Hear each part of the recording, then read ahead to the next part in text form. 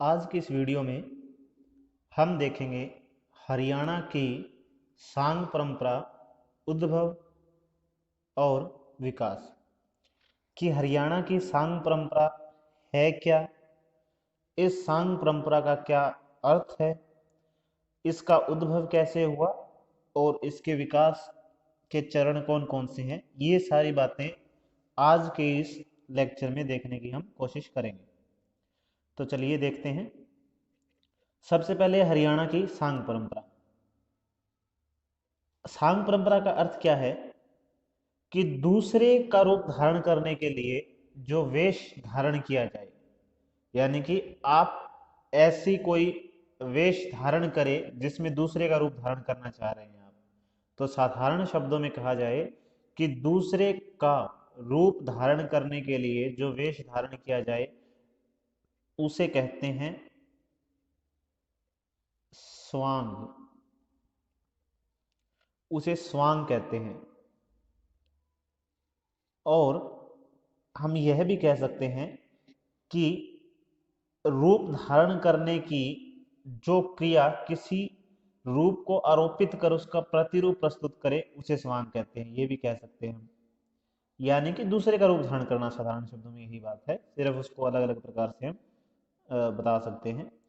और ये जो स्वांग है, इनमें क्या है, अनुकरण की मूल प्रतिछाया ही रहती है, यानी किसी का अनुकरण करने की जो प्रतिछाया है वो इसके अंदर रहती है। इसके ऊपर जो है, मान लीजिए हम विद्वानों की परिभाषा भी देख सकते हैं चाहें तो, लेकिन आगे देखते हैं परिभाषा ना देखते हुए। और स्वांग के बारे में यह भी है कि धोखा देने के लिए या ढोंग या आडंबर के लिए जो वेश परिवर्तन किया जाए उसे भी स्वांग कहते हैं या स्वांग कहलाता है। और ये जो स्वांग है, खड़ी बोली में जो, खड़ी बोली के लोक जीवन में जो स्वांग है, इसे ही क्या कहा जाता है, सांग कहा जाता है। स्वांग को ही सांग कहा जाता है। और ये हरियाणा की जो लोकप्रिय नाटक प्रकार से कुछ है, मान लीजिए कि जैसे नाटक लोकप्रिय होते हैं सांग किया जाता है नाटक की तरह ही, तो ये सांग प्रसिद्ध है हरियाणा में। और यहाँ पर क्या है, जो रागनियों के माध्यम से, वाद्य यंत्रों के माध्यम से क्या क्या है, इनके द्वारा ये सांग परंपरा आगे बढ़ती है। और सांग परंपरा में क्या है, नायक नायिका की भूमिका लिंग अनुरूप वेशभूषा से निभाते हैं, ये बात ये इसके अंदर है।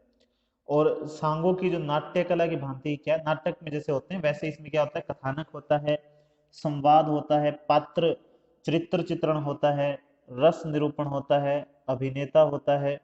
और ये सारी चीजें क्या है जो नाटक में होती है, वो सारी चीजें ही स्वांग में, जो नाटक के तत्व है वही सांग के तत्व भी माने जाते हैं। अब देखते हैं हम, ये देखा हमने सांग का अर्थ क्या है, कैसे सांग शब्द बना, तो स्वांग से सांग बना, और स्वांग जो शब्द है उसका क्या अर्थ है ये हमने देखा। अब देखते हैं इसका उद्भव और विकास कैसे हुआ।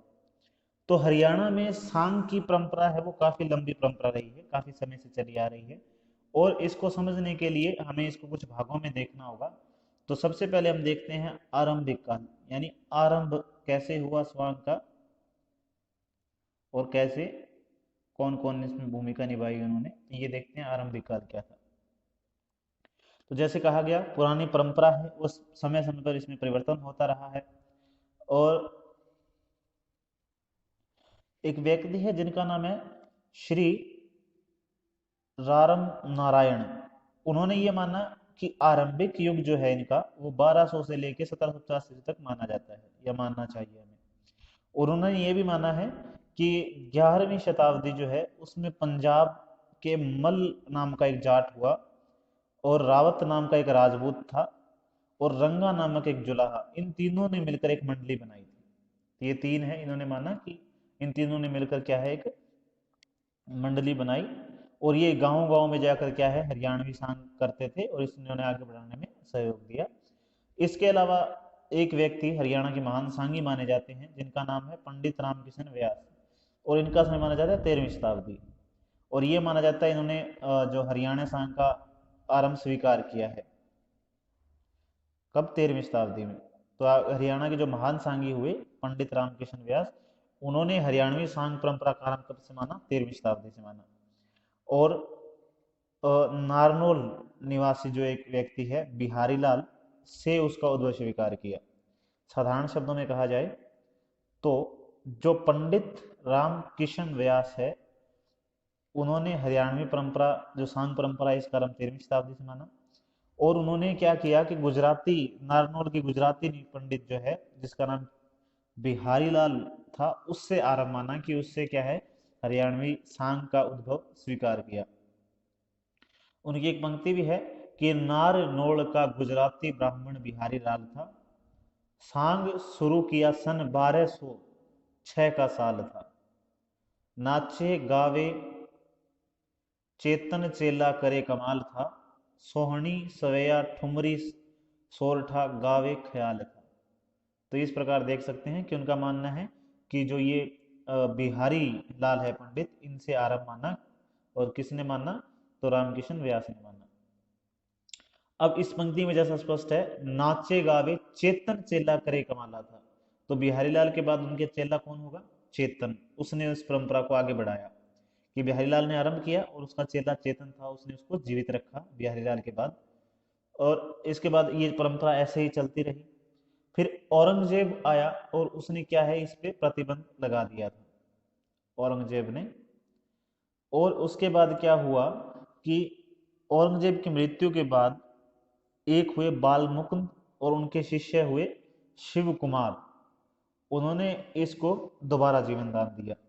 तो जो दो व्यक्ति है, अगर हम दोबारा समझने की कोशिश करें तो जो रामकृष्ण व्यास है, रामकृष्ण है, उन्होंने माना है 13वीं शताब्दी से। और 13वीं शताब्दी से किससे माना?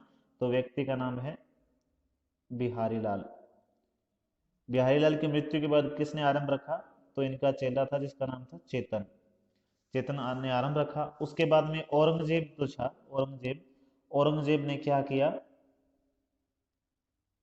औरंगजेब ने इसके ऊपर प्रतिबंध लगा दिया, नहीं किया जाएगा सांग परंपरा। और जब औरंगजेब खुद की मृत्यु हुई, तो औरंगजेब की मृत्यु के बाद एक व्यक्ति हुए जिनका नाम था बाल मुकुंद और उनके शिष्य थे शिव कुमार। इन्होंने क्या है सांग परंपरा को आगे बढ़ाने में सहयोग किया और इनको सांग परंपरा को जीवित रखा। इसके बाद में जो व्यक्ति थे बाल मुकुंद, इनके ही एक और शिष्य थे जिनका नाम था दूसरे शिष्य किशनलाल भाट। उसने इसमें काफ़ी योगदान दिया, परिवर्तन का आप कह सकते, क्रांतिकारी घटना के तौर पर कह सकते हैं। तो किशनलाल भाट नाम के व्यक्ति थे, उसने काफ़ी परिवर्तन किए। और उसने क्या किया, उसको जो किशनलाल भाट है, इसको क्या कहा जाता है कि हरियाणवी जो सांग परंपरा है उसका विषम पितामह कहा जाता है। तो विषम पितामह है हरियाणवी सांग परंपरा का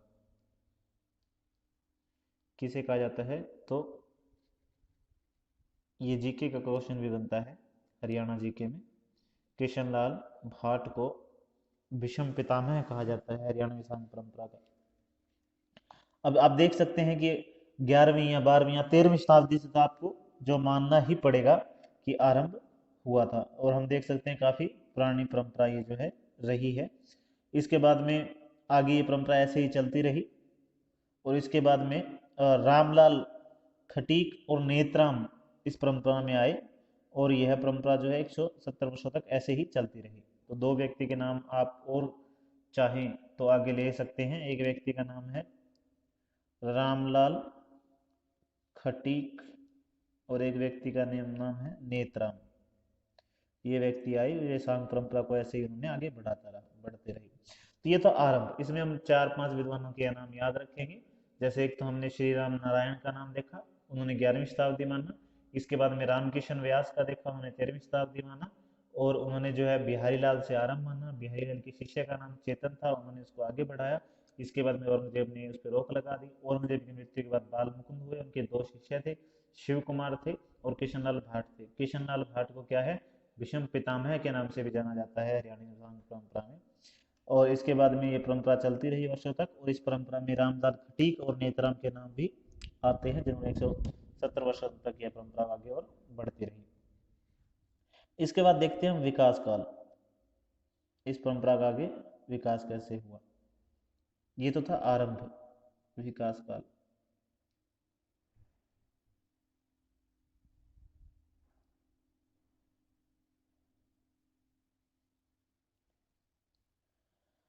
अब विकास काल की बात करते हैं तो इसका दूसरा जो काल है वो विकास काल है, क्योंकि यहाँ तक आते आते क्या हुआ कि सांग परंपरा का जो रूप है वो प्रतिष्ठित हो चुका था, आरंभ हो चुका था भी, ये सांग परंपरा है। अब क्या है, यह सिर्फ छोटी मोटी मंडली नहीं रही थी।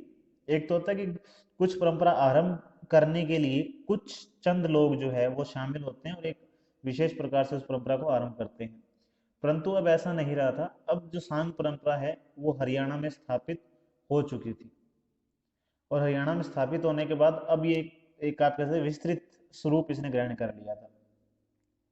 अब अनेक सांगी हुए, सांग परंपरा करने वाले को सांगी कहा जाता है, तो अनेक सांगी हुए जिन्होंने सांग परंपरा को कलात्मक रूप प्रदान किया। यानी पहले क्या था आरंभिक काल में कि चिमटा ढोलक इस प्रकार लेके सिर्फ मंडली बना लेते थे, लेकिन अब क्या हुआ इस काल में, सांग परंपरा क्या हुआ, एक तो प्रतिष्ठित हो गई, यानी उसको लोग जानने लगे कि ये सांग परंपरा है, और कला के क्षेत्र में उसका नाम हुआ हरियाणा में, और इस प्रकार ये आगे बढ़ती रही। कलात्मक स्वरूप जो है इस काल में इसको प्रारंभ हुआ, कलात्मक स्वरूप मिला इसे। और इस युग में क्या है, जो नूह तहसील का एक गांव है, नूह तहसील का एक गांव है जिसका नाम है अकड़ेहा। इसके एक व्यक्ति थे जिसका नाम था सादुल्ला। तो इसका नाम क्या था, एक व्यक्ति का नाम था सादुल्ला। सादुल्ला ने क्या किया, कई सांग लिखे और इसके साथ उसका अभिनय भी किया। तो जो सादुल्ला हुए विकास काल में, उन्होंने एक तो सांग लिखे खुद ने, और इसके अलावा उन सांगों का अभिनय, अभिनय समझते हैं कि आप रंगमंच पे उनका जो अभिनय करना, तो उनका क्या है अभिनय भी किया, अभिनय किया साथ में, और इसको योगदान दिया।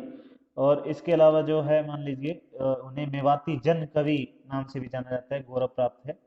और सादुल्ला ने मेवाती भाषा में महाभारत लिखी जिसका शीर्षक था पंडुन का कड़ा,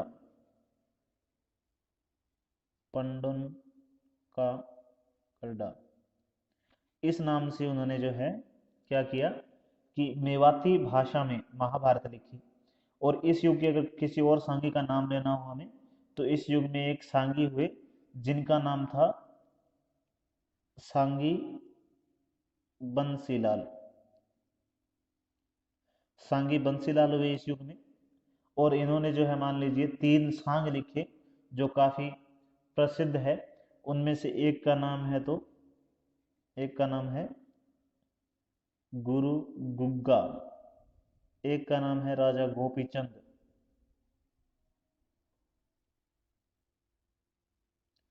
और एक है राजा नल।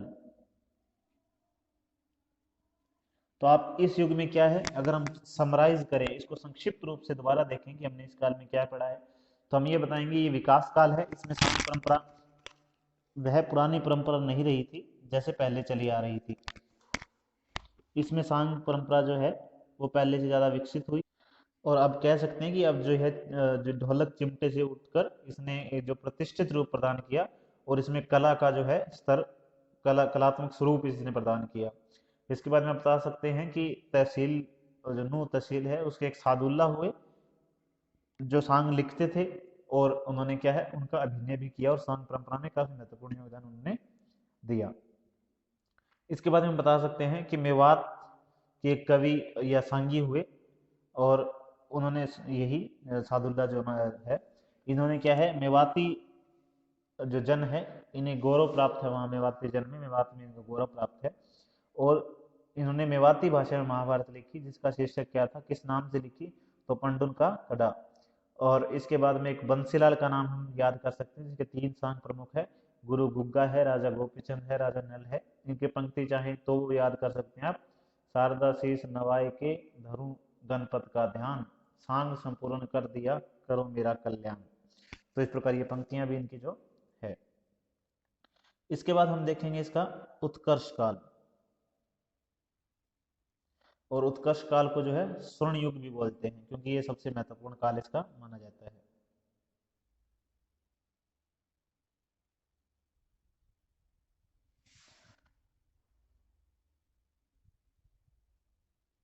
उत्कर्ष काल या इसको स्वर्ण युग भी बोलते हैं इसका। इस काल का जो समय है वो माना जाता है 1850 से लेकर 1950 तक माना जाता है। और इस काल में अत्यधिक विकास हुआ इस काल को लेकर। और इसके सबसे पहले जो मान लीजिए सर्वप्रथम इस युग के किसी व्यक्ति का नाम लेना हो तो वो है अली बख्श का नाम लिया जा सकता है, जो रेवाड़ी में उन्होंने सांगों की धूम मचा दी और हजारों की संख्या में जो है उनका सांग देखने के लिए आते थे। तो एक व्यक्ति का नाम अगर सबसे पहले नाम लेना हो किसी का तो है अली बख्श। बख्श इन्होंने क्या है रेवाड़ी के क्षेत्र में इतने अधिक हजारों सांग जो है मान लीजिए कि ये वहाँ धूम मचा दी सांगों की, और हजारों की संख्या में जो लोग है क्या है इन्हें देखने के लिए आते थे। इनके अगर सांगों की बात की जाए कौन कौन से सांग है तो इन्होंने जैसे श्री कृष्ण लीला, पद्मावत, पद्मावत श्री कृष्ण लीला, फिसाने अजाइब इस प्रकार के लिखे। लेकिन 1899 में जो है ये इनकी मृत्यु हो जाती है अली बख्श की। और इसके बाद में मान लीजिए जो है इनके शिष्य हुए धानिया मानिया जो जिनका नाम था, उन्होंने सांग परंपरा को आगे बढ़ाया। और इस युग में के जो एक नाम थे योगेश्वर बालकराम, उन्होंने भी काफी सांग लिखे। और उन्होंने जो है पूरनमल भगत, जैसे इनका नाम क्या था अगर उनका नाम देखें तो उनका नाम था योगेश्वर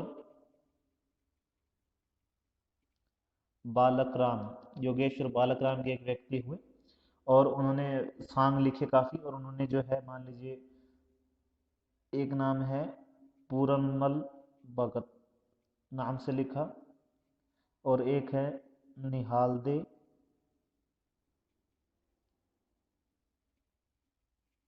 नर सुल्तान नाम से उन्होंने लिखा। तो ये सांग इनके बड़े प्रसिद्ध सांग है जो इन्होंने लिखे। इसके बाद में ये परंपरा चलती रही। इसमें अहमद बख्श थानेश्वरी भी हुए जिन्होंने सांग परंपरा को आगे बढ़ाया। हीरादास उदासी हुए जिन्होंने सांग परंपरा आगे लिखी, जिसका नाम है सांग रतन सेन राजा का। तो इस प्रकार ये परंपरा आगे चलती रही। और इसके बाद में जो है ताऊ सांगे का नाम जो है वो प्रसिद्ध रहा। उन्होंने रुक्मणी विवाह नामक पद्य बंध सांग की रचना की, और इस सांग में क्या है 178 पद थे। ये परंपरा आगे चलती रही। इसके बाद में एक व्यक्ति आए जिनका नाम था किशन लाल, उन्होंने सांग परंपरा को आगे बढ़ाया। इन्होंने जो है मोर ध्वज, हरिश्चंद्र, भक्त प्रहलाद, तो इस प्रकार के सांग जो है वो लिखे। और ये परंपरा ऐसे आगे चलती रही। और इस युग में एक व्यक्ति और हुए जिनका नाम था शादीराम। इन्होंने भी सांग लिखे और उन्होंने जो रामायण और इसके अलावा और जो भजन है उन गीतों गजलों की रचना की। इसके बाद में एक व्यक्ति का नाम आता है पंडित दीपचंद। पंडित दीपचंद जो है वो सांग के क्षेत्र में आए, और ये जो काफी अच्छे विद्वान थे संस्कृत के भी, काव्य शास्त्र के। उन्होंने सांग परंपरा में एक नई दिशा दी, एक अलग परिवर्तन कर दिया सांग परंपरा में। और उन्होंने क्या किया कि अभिनय के लिए एक मंडली बनाई उन्होंने। और उन्होंने क्या किया देखिए, और इनकी जो है विषय प्रसिद्ध सांगी हुए पंडित मांगेराम, उन्होंने इनके बारे में दो लाइनें भी लिखी है। और क्या लिखा है, 170 साल बाद फेद दीपचंद होगा, साजिंदों साजिंदे तो बजा दिए और घोड़े का नाच बंद हो गया। समझ रहे हैं क्या कहना चाह रहे हैं? यानी कि साधारण शब्दों में कहें तो पंडित मांगेराम जो प्रसिद्ध सांगी हुए, उन्होंने भी पंडित दीपचंद की प्रशंसा की, सांग मंडली बनाई उसके बारे में। तो 170 साल बाद फेद दीपचंद होगा, साजिंदे तो बजा दिए और घोड़े का नाच बंद हो गया। तो ये कहना चाह रहे हैं। पंडित दीपचंद के बाद हरदेवा नाम के का युग आता है। हरदेवा नाम के एक सांगी हुए, हरदेवा।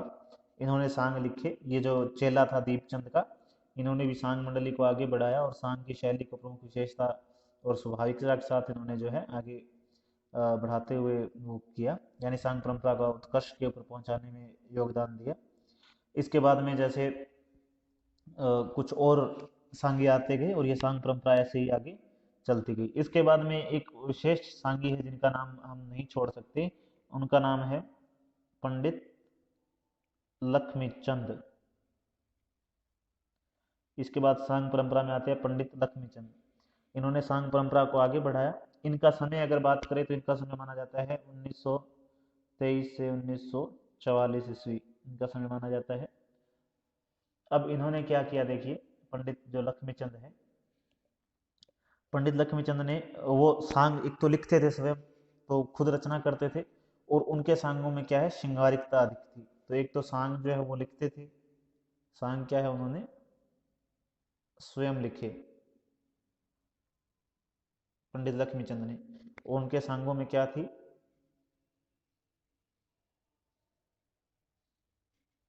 श्रृंगारिकता। श्रृंगारिकता का तत्व जो है उनके जो सांग है उसमें था। लेकिन उसके बाद में श्रृंगारिकता के बाद में उनका ध्यान किसकी ओर चला गया, अध्यात्म की ओर चला गया। तो अध्यात्मक जो है वो हो गए थे बाद में। और पंडित लक्ष्मीचंद ने कई नई शैलियां इजाद की, मान लीजिए। तो एक उनकी शैली है जिसका नाम है डोली, जो गायन की शैली उन्होंने इजाद की या जो प्रयोग करते थे वो। तो डोली उनकी प्रमुख गायन शैली रही उस समय, जिसमें मधुरता होते थे काफ़ी। और इनके अगर गुरु का नाम हमें पता हो तो अच्छी बात है, जिसका नाम है भजनीक मान सिंह के नाम से जानते थे। आप मान सिंह भी कह सकते हैं, लेकिन भजनीक मान सिंह के नाम से जाने जाते हैं इनके गुरु।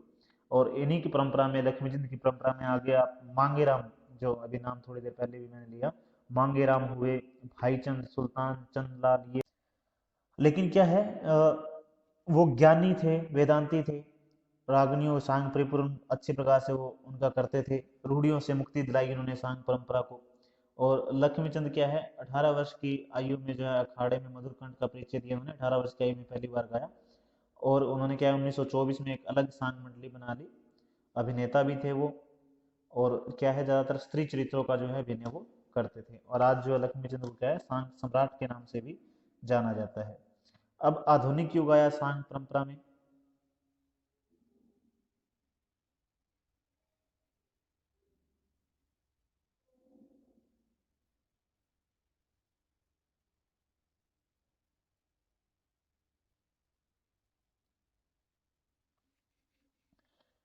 आधुनिक युग की अगर बात की जाए तो इसे स्वातंत्र्योत्तर युग भी कहा जाता है, यानी स्वतंत्रता के बाद का युग।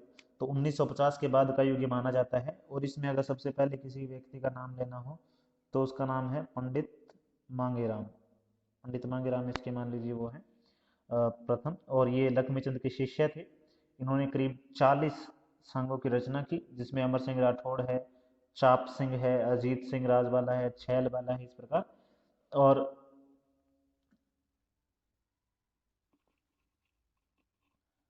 अगर पंडित रामकृष्ण या सॉरी मांगेराम के बाद की बात करें तो रामकृष्ण व्यास है, उन्होंने, उनका स्थान जो है महत्वपूर्ण माना जाता है। उन्होंने सांगों की रचना की, जिसमें रूप कला जादूखोरी है, धर्म की जीत है, कम्मो कैलाश है, सत्यवान सावित्री है, इस प्रकार के संघों की रचना उन्होंने की। और आधुनिक युग में बाद में जो श्री धनपत सिंह है, धनपत सिंह है, उनका नाम भी हम ले सकते हैं, सांग परंपरा में महत्वपूर्ण व्यक्ति हुए ये भी। और उन्होंने भी जो हरियाणा के आसपास सांग परंपरा में धूम मचा दी। इनके सांगों की बात करें, बण देवी, लीलो चमन, जारनी चोर, गोपी चंद, ये इनके सांग है। और धनपत जो धनपत सिंह है, और इनके युग में क्या है, चंद्रलाल उर्फ जिसे चंद्रबाड़ी और श्री कृष्ण कृष्ण शर्मा ने भी इसमें महत्वपूर्ण योगदान दिया है। तो इस प्रकार ये चलता रहा। इसके बाद सांगी माईचंद आए, जिन्होंने काफी सांगों की रचना की, जिनके नाम हम ले सकते हैं, हजारिया रोशनी है। तो इस प्रकार क्या है, आप इसमें से आप आगे सांग जो काफी है, इनमें से आप कोई भी दो तीन विद्वान देख लेंगे अच्छे, और जो सांगी है उनके सांगों के नाम जो है वो आप देख लेंगे। अब हम देखते हैं निष्कर्ष रूप में हम क्या कह सकते हैं सांग के बारे में। तो अब हम क्या कह सकते हैं कि हरियाणा प्रदेश की जो सांग परंपरा है वो सिर्फ मनोरंजन का साधन नहीं है, यानी सिर्फ मनोरंजन है उसमें कोई शक नहीं, लेकिन सिर्फ एक अकेला से मनोरंजन हो ऐसा साधन नहीं है। तो अकेला मनोरंजन का साधन नहीं है आप कह सकते हैं, क्योंकि इसमें क्या है, जीवन के जो विविध पक्ष है यानी अनेक पहलू जो जीवन के है, जीवन के विविध पक्ष है उनका उजागर इसमें मिलता है, उजागर करने वाली ये विधा है, जिसमें क्या है इसकी एक ऐसे भी नहीं है कि मनोरंजन होता तो किसी समय में ये खत्म हो जाती, लेकिन यह परंपरा क्या है, एक लंबी परंपरा रही जो आज भी चली आ रही है, इसीलिए ये मान सकते हैं।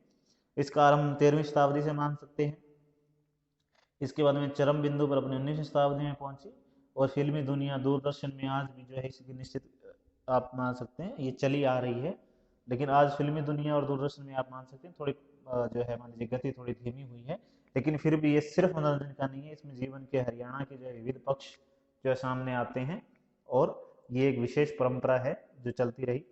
अब इस क्वेश्चन के बारे में कुछ बातें हम कर लेते हैं। देखिए इस क्वेश्चन में क्या है, इसमें विश्लेषण थोड़ा सा कम है, कारण ये है कि इसमें हमें उद्भव और विकास देखना है। तो उद्भव भी किसी ने माना, कोई व्यक्ति था पहला, उसने कुछ पहली चीज लिखी, ये सारी क्या है जिसे हम तथ्यात्मक विवरण कह सकते हैं, वो चीजें हैं। तो ये क्वेश्चन क्या है, इसमें हमें तथ्य थोड़े से देखने हैं। तो मैंने जो तथ्य बताए उसमें कुछ जो मैंने बताई ये सबसे महत्वपूर्ण है। जैसे अगर पहले बात करें, हम मान लीजिए आरंभिक काल की बात करें तो उसमें बिल्कुल कम तथ्य है।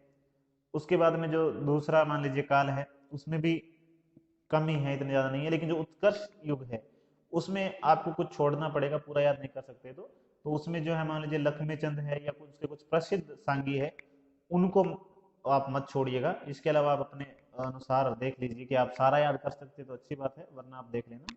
इस प्रकार आधुनिक काल है उसमें भी आप प्रमुख सांगी है उनके नाम याद करेंगे, उनके सांग याद करेंगे, उनकी विशेषताएं याद करेंगे।